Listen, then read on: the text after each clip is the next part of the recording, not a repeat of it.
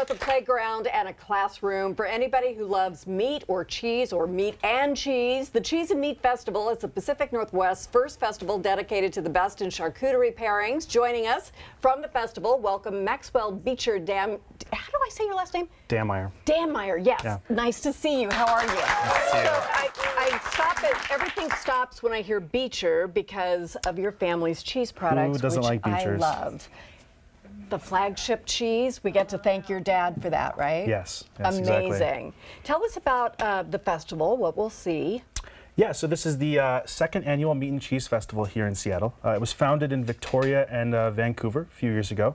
And we have over 40 vendors across the city coming to the festival. It's on Saturday. There's 2 tasting sessions, one at 3 p.m. and one at 7. Still tickets available for the 7 p.m., although they are going fast.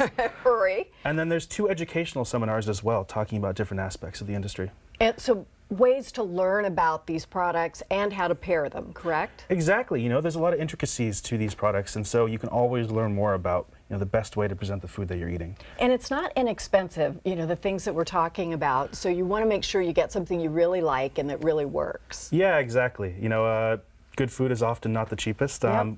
We have to make decisions about what we want. So we definitely need to know about it. Where would you like to start? Let's see. So we're talking about, obviously, Beechers today and Mishima. And both of these brands are owned and operated by Sugar Mountain, which is a creative food company here in the Seattle area. We have these 2 brands, of course, Beechers, which was founded in 2003 as our handmade cheese company, and then Mishima Reserve, which is our American Wagyu company. We also operate 2 restaurants in the Seattle area, so Bennett's on Mercer Island, and then the Butcher's Table, which is our steakhouse in South Lake Union, and they serve exclusively Mishima Reserve beef. And so tell me why this is so special. So this is American Wagyu beef, and Wagyu is a breed of cattle from Japan that has an amazing genetic propensity to marble, or create intramuscular fat. So if you look at this beef here, the marbling is the white flakes within the red, which is the protein. And the fat in meat is really where the flavor comes from. So by having this high level of marbling, it creates a really extremely rich eating experience, which is very rare in the United States. You can really see the marbling in those pieces of meat. Okay, so let's talk about how we pair these things together. What's your favorite? Well, so starting with the beef, what we do is we separate our beef into 3 different grades. So this is our 4-star, 5-star, and ultra. And as you can see, the marbling increases with each. The idea being we want to create a customizable eating experience for you. Because people have different palates. You know, some people love a really rich German chocolate cake and some people don't. So you can pick the level of richness that you want. People don't like a rich German chocolate cake? This is news to me. I did not know that. Okay, go ahead. Yeah, of course. So we've got our 4-star, 5-star, and ultra here. Our 4-star is roughly equivalent to, in terms of marbling, to like a USDA prime steak. Right. Then 5-star is a little more, ultra is here. And then we pair them with some of our sauces here that we serve at the butcher's table. This is our take on our sriracha, if we want to show that to people. That is nice beautiful. Red color. Yes. We've got our mole, which is obviously Latin-inspired. Perfect. And our chimichurri. Ooh, which is it Argentinian? It is Argentinian. Argentinian. Very sort of like good, pesto, but it's got a little more kick to it. It's got a little kick. That is so good on meat. If somebody has not tried that, you definitely need to. Yeah, particularly with rich meat, you want a nice acid flavor to pair with it. It cuts through very nicely. Very similar to strong red wine, for example.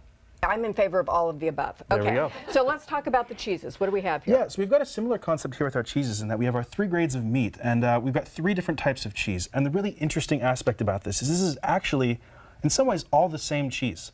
So we first got our curds here, right? And so curds are the freshest version of cheese. Yes, these right here. Okay. And so these are about a day old. You know, if you were walking in the market yesterday, you very well could have seen the cheesemakers making these very curds here.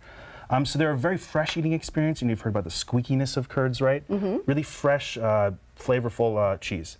Now, we take these curds, and what we do is we cheddar them, which is a compression process. So we take them and compress them, and then age them over the course of 15 months to create flagship, right here.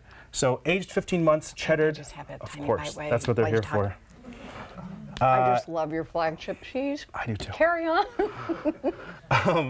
So good. And then we put cultures and enzymes of both Gruyere and cheddar, and over the course of the 15 months, they work into the cheese and really change the flavor and give it a richness and tanginess that you associate with flagship. And then lastly, we have our flagship reserve here, which is again the exact same initial product. We take the curds, we compress them, but the difference with the reserve is that we age them in a cloth-bound wrap. So cloth bound is a lot more permeable than the typical plastic that we age flagship in, and so it allows moisture to seep out over the course of the 13 months that the reserve is aged. And so it creates a much denser, richer, sharper flavor. So for example, with flagship, I would recommend cooking it in any sort of capacity, maybe on a hamburger or something. Right. Goes great on a cheeseburger. It's wonderful. Exactly, great melty. The flagship, a little stronger, maybe a little bit better on a cheese plate or, you know, flaked over a salad. Kind of like you'd use a Parmesan, right? Really strong cheese.